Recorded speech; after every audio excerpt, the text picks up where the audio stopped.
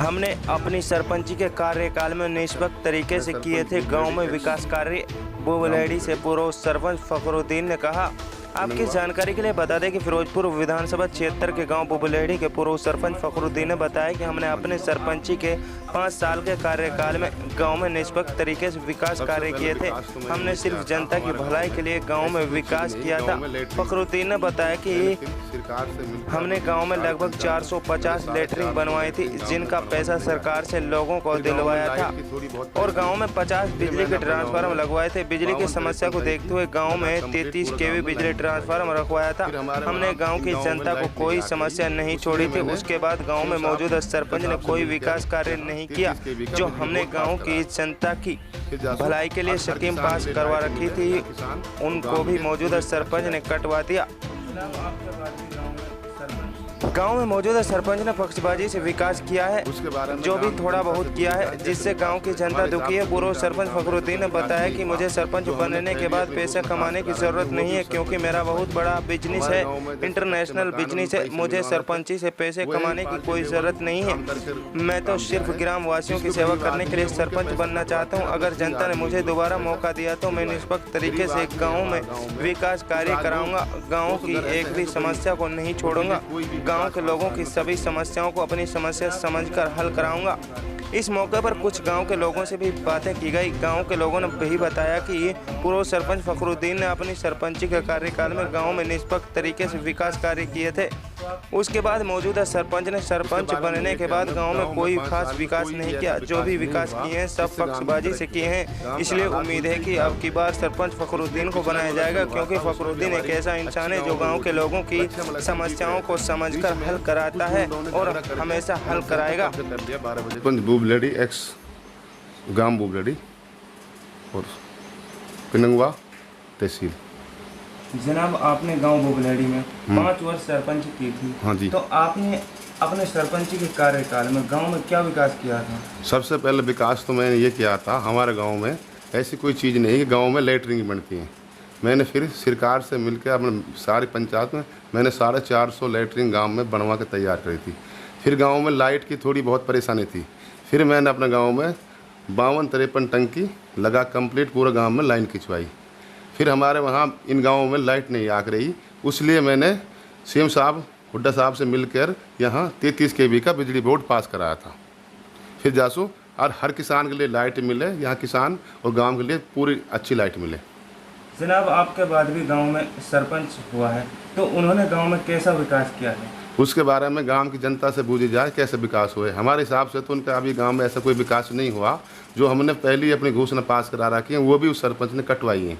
हमारे गांव में जैसे कच्चे मकान उन पैसे मिलवाने थे, वह भी पार्टी लेवल काम करके काम दिया है। जिसको गरीब आदमी है उनके पैसा कटवा कर अपने धींग आदमी इन लोग पैसा दिलवाए हैं। गरीब आदमी है हमारे गाँव में, कुछ आज लोग 200 घर ऐसे हैं जो गरीब हैं, उनके लिए कोई भी विकास 5 साल में करके नहीं दिया।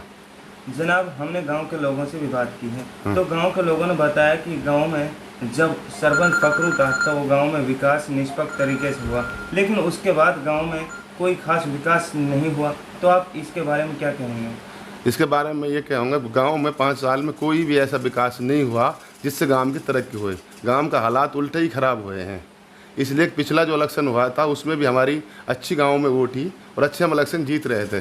बीच में कुछ गुंडों ने झगड़ा करके इलेक्शन पे कब्जा कर लिया 12 बजे के बाद उस कारण वो अपने इलेक्शन को जीत पा गए। उसके बाद जो इलेक्शन जो गांव में हुआ है वो पार्टी लेवल काम किया है। गरीब आदमियों का किसी ने कोई भी काम नहीं किया है।